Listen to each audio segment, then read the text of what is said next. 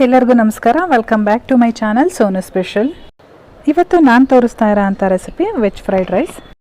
Veg fried rice ಅಂದರೆ ಸಾಮಾನ್ಯವಾಗಿ ಎಲ್ರಿಗೂ ತುಂಬಾ ಇಷ್ಟ ಆಗುತ್ತೆ.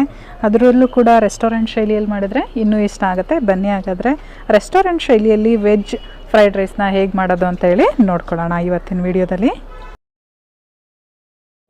ಮೊದಲನೇದಾಗಿ ಸ್ವಲ್ಪ ದೊಡ್ಡದಾಗಿರ್ತಂಥ ಕಡಾಯಿನ ಇಟ್ಕೊಂಡಿದ್ದೀನಿ. ಇದಕ್ಕೆ ಒಂದು 2 ರಿಂದ 3 ಟೇಬಲ್ ಸ್ಪೂನಷ್ಟು ಅಡುಗೆ ಎಣ್ಣೆನ ಸೇರಿಸ್ಕೊಳ್ತಾ ಇದ್ದೀನಿ. ನಾವು ಯಾವುದೇ ಚೈನೀಸ್ ರೆಸಿಪಿ ಮಾಡಬೇಕು ಅಂದರೆ ಚೈನೀಸ್ ಕಡಾಯಿನೇ ತೊಗೋಬೇಕು. ಬಟ್ ನಾನಿಲ್ಲಿ ಸ್ವಲ್ಪ ದೊಡ್ಡದು ತೊಗೊಂಡಿದ್ದೀನಿ. ತುಂಬ ಈಸಿ ಆಗುತ್ತೆ ದೊಡ್ಡ ಕಡಾಯಿನ ತೊಗೊಂಡ್ರೆ.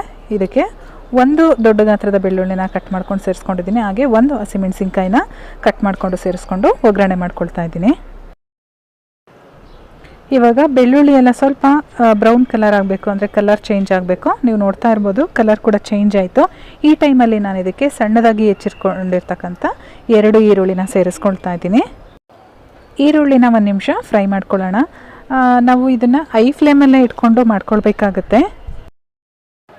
ಈರುಳ್ಳಿ ಫ್ರೈ ಆದಮೇಲೆ ವೆಜಿಟೇಬಲ್ ಸೇರಿಸ್ಕೊಳ್ತಾ ಇದ್ದೀನಿ. ನಾನಿಲ್ಲಿ ಗ್ರೀನ್ ಬೀನ್ಸು ಹಾಗೆ ಕ್ಯಾರೆಟು ಎಲ್ಲ ತರಕಾರಿಗಳನ್ನೂ ನಾನು ಚಿಕ್ಕದಾಗಿ ಕಟ್ ಮಾಡಿಟ್ಕೊಂಡಿದ್ದೀನಿ. ಕ್ಯಾಪ್ಸಿಕಮ್ಮು ಜೊತೆಗೆ ಕ್ಯಾಬೇಜು ಅಂದರೆ ಎಲೆಕೋಸನ್ನು ಸಣ್ಣದಾಗಿ ಕಟ್ ಮಾಡ್ಕೊಂಡು ಸೇರಿಸ್ಕೊಂಡಿದ್ದೀನಿ. ಹಾಗೆ ಒಂದು ಅರ್ಧ ಬೌಲಷ್ಟು ಫ್ರೋಝನ್ ಪೀಸನ್ನು ಹಸಿ ಬಟಾಣಿನ ತೊಗೊಂಡಿದ್ದೀನಿ. ಜೊತೆಗೆ ರುಚಿಗೆ ತಕ್ಕಷ್ಟು ಉಪ್ಪನ್ನು ಹಾಕ್ಕೊಂಡು ಚೆನ್ನಾಗಿ ಮಿಕ್ಸ್ ಮಾಡ್ಕೊಳ್ಬೇಕು. ವೆಜ್ ಫ್ರೈಡ್ ರೈಸ್ಗೆ ನಾವು ಯಾವಾಗಲೂ 100% ತರಕಾರಿನ ಬೇಯಿಸಬಾರ್ದು. ಒಂದು 80% ಬೇಯಿಸ್ಕೊಂಡ್ರೆ ಸಾಕು. ನೀವು ತಿನ್ನಬೇಕಾದ್ರೆ ಗೊತ್ತಾಗುತ್ತೆ ನಿಮಗೆ, ಸ್ವಲ್ಪ ಕ್ರಂಚಿ ಆಗಿರುತ್ತೆ. ನಾನಿಲ್ಲಿ ಸ್ವಲ್ಪ ಜಾಸ್ತಿ ಬೇಯಿಸ್ಕೊಳ್ತೀನಿ. ನಾನಿಲ್ಲಿ ಒಂದು 80% ಕುಕ್ ಮಾಡ್ಕೊಳ್ತೀನಿ. ಹಾಗಾಗಿ ಚೆನ್ನಾಗೆಲ್ಲ ಮಿಕ್ಸ್ ಮಾಡ್ಕೊಂಡು ಆದಮೇಲೆ ಒಂದು 7 ರಿಂದ 8 ನಿಮಿಷಗಳ ಕಾಲ ಲಿಡ್ ಕ್ಲೋಸ್ ಮಾಡಿ ಲೋ ಫ್ಲೇಮಲ್ಲಿ ಇಟ್ಕೊಂಡು ಬೇಯಿಸ್ಕೊಳ್ತೀನಿ. ಇವಾಗ ನೀವು ನೋಡ್ತಾ ಇರ್ಬೋದು ಒಂದು 80% ಚೆನ್ನಾಗಿ ಬೆಂದಿದೆ ತರಕಾರಿ ಎಲ್ಲ. ಬೆಂದಿರ್ತಕ್ಕಂಥ ತರಕಾರಿನ ಚೆನ್ನಾಗಿ ಒಂದ್ಸಲ ಮಿಕ್ಸ್ ಮಾಡಿಕೊಂಡು ಇದಕ್ಕೆ 2 ಟೇಬಲ್ ಸ್ಪೂನಷ್ಟು ಸೋಯಾ ಸಾಸು ಹಾಗೆ 1 ಟೇಬಲ್ ಸ್ಪೂನು ವಿನೆಗರ್ನ ಸೇರಿಸ್ಕೊಳ್ತಾ ಇದ್ದೀನಿ. ನಿಮ್ಮ ಹತ್ರ ವೈಟ್ ವಿನೆಗರ್ ಇಲ್ಲ ಅಂತ ಅಂದರೆ ಲಾಸ್ಟಲ್ಲಿ ನೀವು ನಿಂಬೆ ಹಣ್ಣಿನ ರಸ ಬೇಕಾದ್ರೂ ಸೇರಿಸ್ಕೊಳ್ಬೋದು. ಇವಾಗ ಇದ್ರ ಜೊತೆಗೆ ಬಿಡಿ ಬಿಡಿಯಾಗಿರ್ತಕ್ಕಂಥ ಅನ್ನನ ಸೇರಿಸ್ಕೊಂಡು ಕೊತ್ತಂಬರಿ ಸೊಪ್ಪನ್ನು ಸೇರಿಸ್ಕೊಂಡು ಸ್ವಲ್ಪ ಮೆಣಸು ಪೌಡ್ರು ಅಂದರೆ ಕರಿಮೆಣಸು ಬರುತ್ತಲ್ಲ, ಕಾಳು ಮೆಣಸು, ಅದನ್ನು ಪೌಡರ್ ಮಾಡಿಕೊಂಡು ಸೇರಿಸ್ಕೊಂಡಿದ್ದೀನಿ. ಇವಾಗ ಇದನ್ನೆಲ್ಲ ಚೆನ್ನಾಗಿ ಮಿಕ್ಸ್ ಮಾಡ್ಕೊಳ್ಳೋಣ.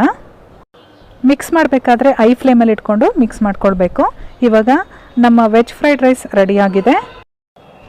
ನಾನಿಲ್ಲಿ ಒಂದು ಪ್ಲೇಟ್ಗೆ ಸರ್ವ್ ಮಾಡ್ಕೊಳ್ತಾ ಇದ್ದೀನಿ. ತುಂಬಾ ಚೆನ್ನಾಗಿ ಬರುತ್ತೆ ಫ್ರೆಂಡ್ಸ್. ತುಂಬಾ ಸಿಂಪಲ್ಲಾಗಿ ಬೇಗನೆ ರೆಡಿ ಆಗುತ್ತೆ.